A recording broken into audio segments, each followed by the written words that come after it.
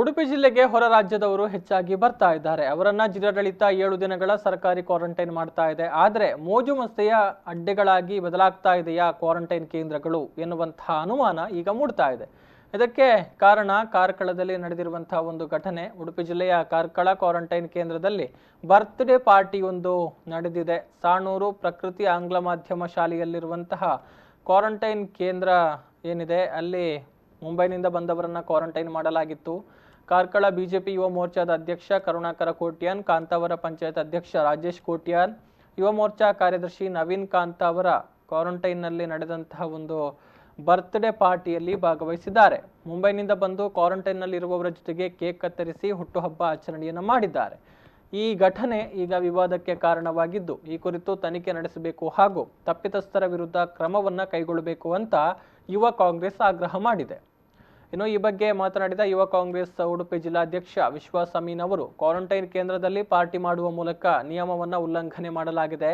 ಪಾರ್ಟಿಯಲ್ಲಿ ಭಾಗಿಯಾದವರ ಹಾಗೂ ಆಯೋಜನೆ ಮಾಡಿದವರ ಮೇಲೆ ಕ್ರಮವನ್ನು ಕೈಗೊಳ್ಳಬೇಕು ಎನ್ನುವಂತಹ ಆಗ್ರಹವನ್ನು ಕೂಡ ಮಾಡಿದ್ದಾರೆ.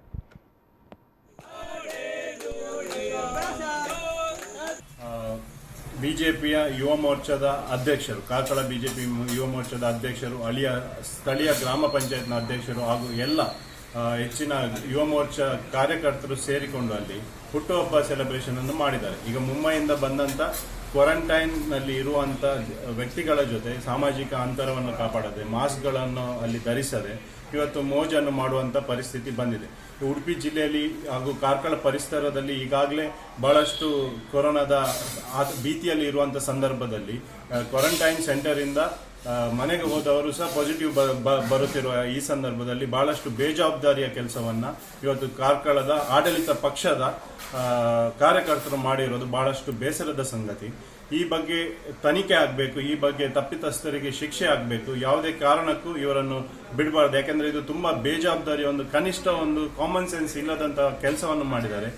ಇವತ್ತು ಬರೀ ಜನರಲ್ಲಿ, ಸಾರ್ವಜನಿಕರಲ್ಲಿ ಕಾರ್ಕಳ ಭಾಗದಲ್ಲಿ ಕ್ವಾರಂಟೈನ್ ಕೇಂದ್ರಗಳು ಇವತ್ತು ಬಿಜೆಪಿ ಅವರಿಗೆ ಪ್ರಚಾರದ ಒಂದು ಸಂಗತಿಯಾಗಿದೆ, ಪ್ರಚಾರದ ಒಂದು ಕೇಂದ್ರ ಆಗಿದೆ ಅನ್ನೋ ಒಂದು ದೂರು ಬರುವಂತ ಸಂದರ್ಭದಲ್ಲಿ ಇಂಥ ಬೇಜವಾಬ್ದಾರಿಯಾದ